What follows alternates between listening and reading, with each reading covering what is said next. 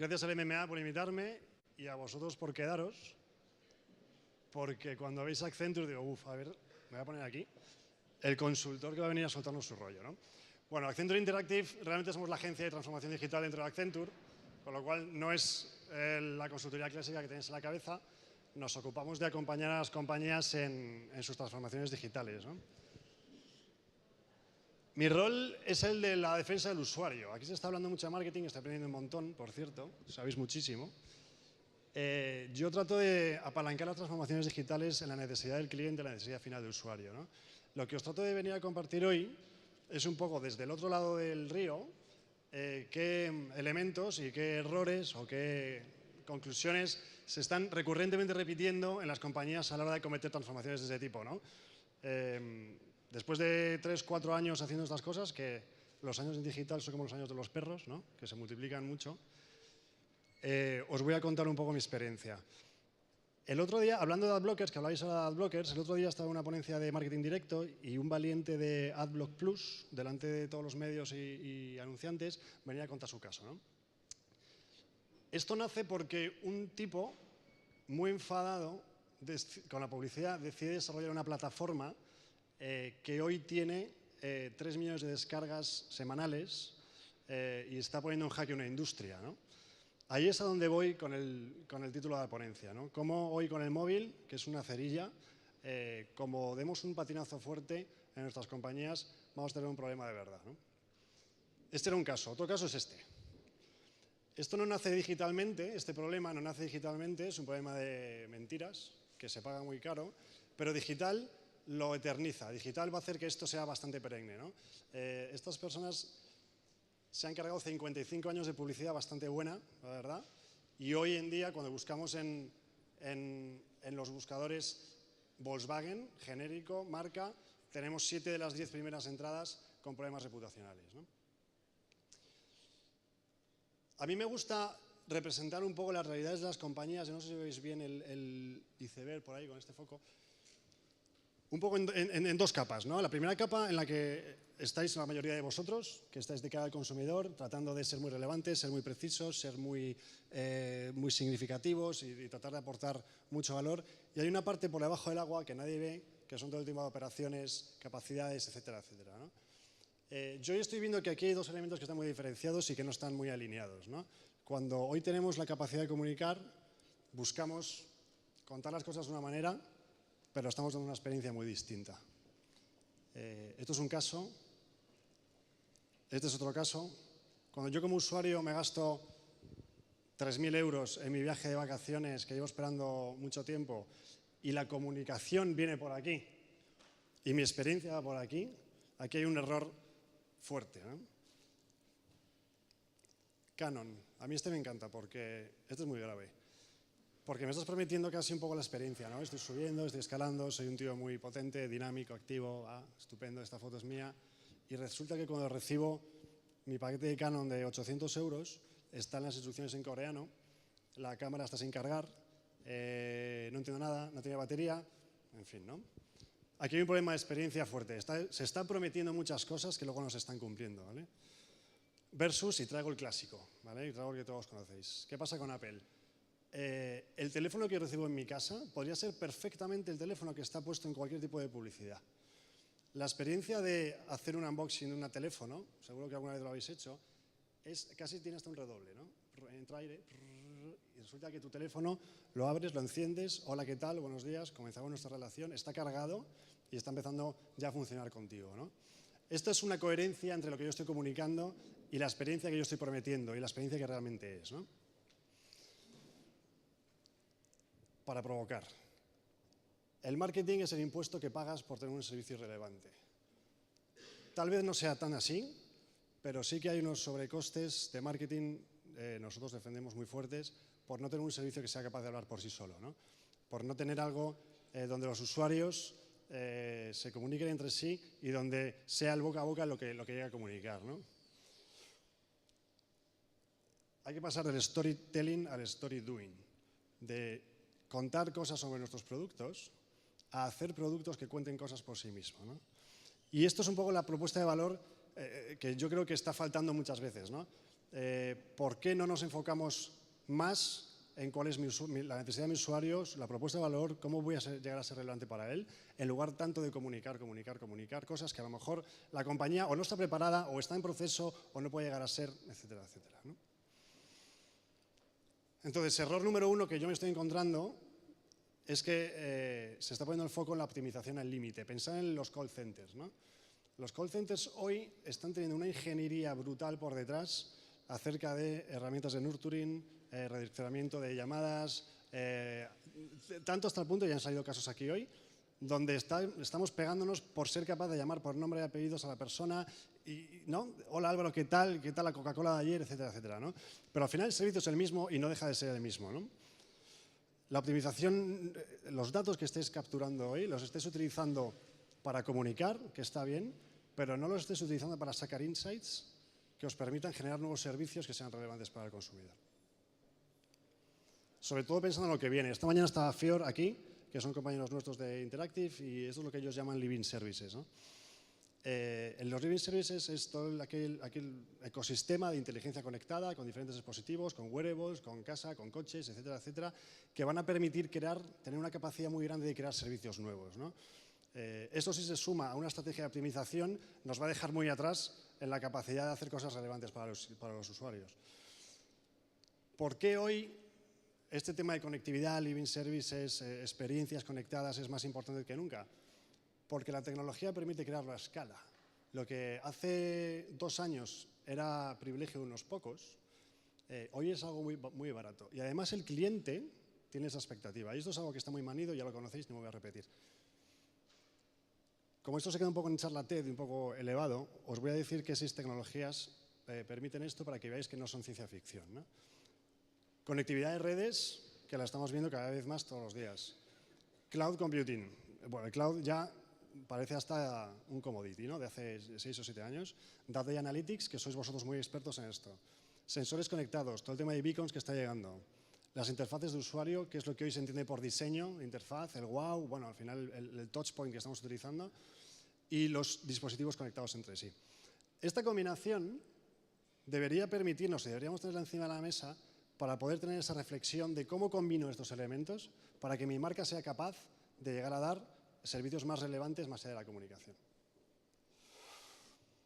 Entonces, hablando un poco del valor, que es en lo que nosotros trabajamos, os voy a hablar os traigo los sospechosos habituales, ¿no? Para que veamos un poco qué es lo que significa valor para el cliente hoy en día. Netflix se carga Blockbuster en básicamente 10 años y no, es la mayor compañía de películas del mundo y no tiene cines. Tiene 10.000 referencias en Estados Unidos y es la mayor generadora de contenido de vídeo que hay. Facebook no produce ni un solo texto y es la mayor compañía de contenido. Spotify, la mayor compañía de música que no produce ni un solo disco. Uber es la mayor flota de transportes que existe y no tiene ni un solo coche en propiedad. Airbnb, la mayor red de hoteles del mundo que no tiene una sola habitación suya. TripAdvisor, podría hablar de varias, ¿no?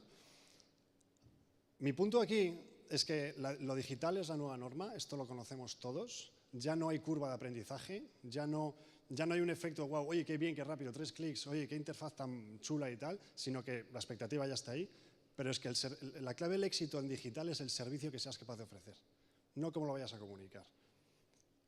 Estoy haciendo amigos aquí, ¿eh? ¿De acuerdo? ¿Qué ha cambiado? ¿Por qué ha llegado todo esto? Y aquí me repito con algunos de los mensajes que se han dado a lo largo de la ponencia de hoy.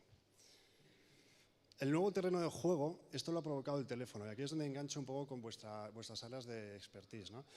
Lo que hoy en día, o hasta hace 3 días, las marcas estaban preocupando de tener 3 puntos de interacción básicos con los clientes, que son la parte de awareness, comunicación, inicialmente, ser capaz de estar en el top of mind de mi cliente, la parte de contratación, lo capturo, ¿no? Y la parte de loyalty o retención para que no se me vaya, ¿no?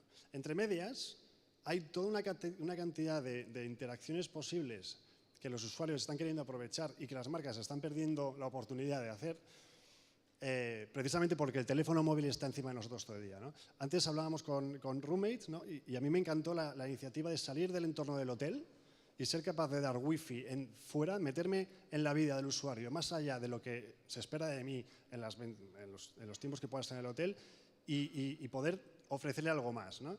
Si además, porque ya se me iba la cabeza, si además eres capaz de ofrecerle recomendaciones, guías, ese hotel pasa de ser una cama y un desayuno a ser casi que tu compañero de viaje, tu agencia de viaje, tu asesor, etcétera, etcétera, ¿no?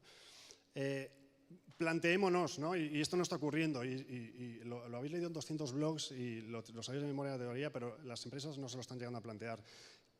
En cada una de las fases de atracción, consideración, compra, comparación, uso, reuso, etcétera, etcétera, ¿qué piensa mi usuario? ¿Qué necesita? ¿Cuáles son sus acciones? ¿Y cuál debe ser mi propuesta de valor en cada uno de esos elementos? Y eso que Joe Ito, que es un tío muy listo del MIT, que dirige el Media Lab, dice que es tiempo de brújulas y no tiempo de mapas, ¿no? Crearos un mapa de cómo debe ser mi marca y mi propuesta de valor en cada uno de los elementos, por los que en cada uno de los pasos por los que el journey de mi cliente va a pasar, ¿no? Claro, ¿qué pasa? Que pasamos de un enfoque tradicional, donde todo está muy conocido y muy controlado, tengo unos ROIs muy claros, tengo unas métricas que son las que conozco de toda la vida y tengo un control a medio plazo, y tengo que pasar a un nuevo modelo. A un nuevo modelo donde, fijaros en la foto, ¿no? Está saliendo casi con el candil a tratar de buscar cuáles son las nuevas ofertas que se pueden ofrecer, ¿no? Es una mentalidad de descubrimiento y apertura donde hay que estar validando hipótesis y los tiempos son mucho más cortos, ¿no? El modelo ha cambiado para poder llegar a ser relevante en ese end-to-end, ¿no? Error repetido número 2 o circunstancia común en la que nos estamos encontrando, ¿no? A la gente se le llena la boca con querer innovar, pero me he encontrado solo 2 o 3 casos que estén dispuestos a pasar por el proceso de innovación. El proceso de innovación es abierto, es poco controlable. Cuando nosotros nos preguntan típicamente, bueno, dime en qué momento me vas a entregar esta entregable, o cómo son los entregables, o qué KPIs, cómo voy a medir. Y no tenemos que tener miedo de decir no lo sé, porque yo cuando hago un proyecto para alguien y necesito hacer un modelo de innovación, realmente no sé cuál va a ser el outcome de ese proyecto. Y no sé si van a ser, si te voy a conseguir tener algo mañana o dentro de 2 semanas. Esto, claro, choca un poco contra las metodologías clásicas, ¿no? Esto no es una implantación de un ERP o de un sistema clásico donde tienes un análisis, una implementación, un go live, etcétera, etcétera, ¿no? Hay que pasar por el proceso de innovación.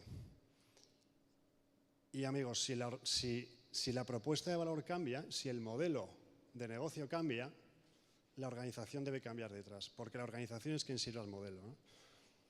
Un comentario clásico que yo recibo es, oye, rediséñame toda la presencia digital de mis canales digitales, webs, apps, etcétera, etcétera, pero no me toques los web services ni el backend. Claro, aquí ya complicado, ¿no? Porque si nosotros estamos tratando de sacar insights de usuario, donde estamos tratando de obtener elementos de relevancia con nuevos servicios y nuevos elementos de interactuar, a lo mejor es que ya no vale como lo estabas haciendo, ¿no? Y a lo mejor es que tu equipo de tecnología debe cambiar y crear nuevos elementos, ¿no? Si generamos canales, si generamos nuevos segmentos de cliente, nuevas relaciones, nuevas propuestas de valor, la organización debe ir detrás. Y esto es seguramente lo que nos estamos encontrando que cuesta más, ¿no? Porque afecta a las personas, afecta al status quo, afecta a los flujos, procesos y herramientas que se han utilizado toda la vida, pero es que si no nos vamos a quedar un poco haciendo lo mismo, ¿no? Entonces, ¿cuáles son las 3 palancas que nosotros defendemos para poder llevar esto a escala y llevar un poco más, que seamos capaces de llevarlo de una manera sostenida, ¿no? Lo primero es seducir al cliente, eso lo tenéis todos claro, y es la parte visible.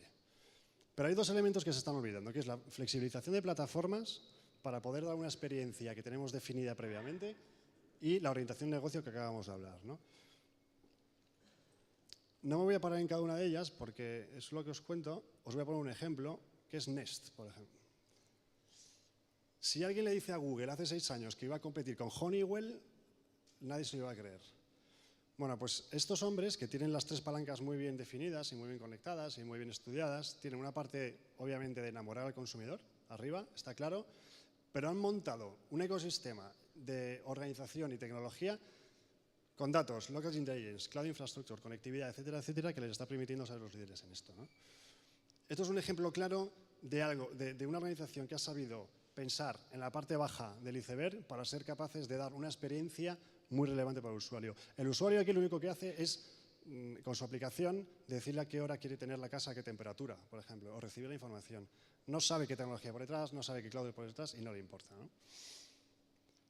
En los Departamentos, esto por ejemplo, en las compañías, el marketing seguramente haya sido las áreas que más se han puesto al día con este modelo, si soy capaz de cambiar, ¿no? Porque sí que estáis utilizando plataformas muy flexibles, habéis cambiado vuestras capacidades y habéis cambiado el expertise que tenéis dentro para poder llegar a seducir al cliente, targetizándole mucho y ser capaz de decirle algo muy relevante, ¿no? El marketing, pero casi como un silo. El resto de la organización no está siendo capaz de ir a este ritmo para acompañarle, sobre todo, ¿no? Entonces, una vez que defiendo un poco la parte de propuesta de valor, ¿qué cuatro elementos creemos que son fundamentales para poder llegar a cometer una transformación digital más profunda de lo que hoy vemos que se está haciendo, ¿no? Que está siendo esa capa un poco de comunicación? Lo primero, la estrategia. Y hay 4 principios básicos que yo defiendo como pilares o principios, conceptos, llamémoslos como queráis, que no deben de perderse a la hora de plantear una ejecución o un roadmap de transformación. Lo primero, el alcance. Este ecosistema de tecnologías, cloud, movilidades, etcétera, etcétera, nos permiten atomizar nuestros servicios. Pensad en Spotify. Spotify ha sido capaz de darse cuenta que hay muchos momentos que la gente escucha música, eso está claro, ¿no? Pero no simplemente desde delante del ordenador. A mí me gusta correr y a mí me gusta correr con música. Bueno, pues Spotify se une con Nike Plus y es su proveedor de música con sus modelos de monetización que haya por detrás, etcétera, etcétera, ¿no? Pero son capaces de irse a otros puntos de necesidad para poder tener más alcance en mi propuesta de valor. Mantener la identidad de marca, esto es fundamental porque al final las marcas son como las personas y así las perciben los usuarios, ¿no? Tanto desde el punto de vista de los canales digitales, físicos y del contact center, ser capaces de mantener una identidad. Una coherencia muy grande, ese mapa un poco de fases del journey con propuesta de valor os va a permitir mantener una coherencia y, por supuesto, hay que defender que suponga una experiencia diferencial para el usuario, ¿no? Todo esto que parece un poco caos, locura, cómo descubrimos, etcétera, etcétera, pues tiene un método. Al final hay un método detrás, ¿no? Nosotros dedicamos entre 4 y 6 semanas a conocer muy bien al usuario, conocer cuáles son los limitantes de negocio y conocer cuáles son las barreras de tecnología, para poder definir cuál es esa visión de experiencia que me permita definir un roadmap. Es decir, una vez que tengo definida la experiencia en cada uno de los pasos de mi journey, qué capacidades tecnológicas, organizativas, de procesos, de comunicación, de lo que sea, necesito poner en marcha para que toda esa experiencia a lo largo del journey pues, se pueda llegar a dar, ¿vale? Y a partir de ahí, implementar, ejecutar y medir. Pero estas 2 primeras fases, cuando a nosotros nos dicen mucho, oye, que ya tengo el panel de McKinsey o ya tengo el estudio de mercado X, etcétera, etcétera. Cuando tengáis delante un diseñador de servicios o alguien que quiere proponer una propuesta de valor nueva en base a insights de usuario, la única manera que va a tener, en la que va a ser capaz de proponer algo relevante es ir y entrevistar él a 10, 15, 20 personas, ¿no? Yo no puedo contarte cómo es Brasil leyéndome una Lonely Planet de Brasil. Tengo que ir a Brasil. Tengo que ver cómo son las cosas allí para poder ofrecer temas relevantes, ¿no?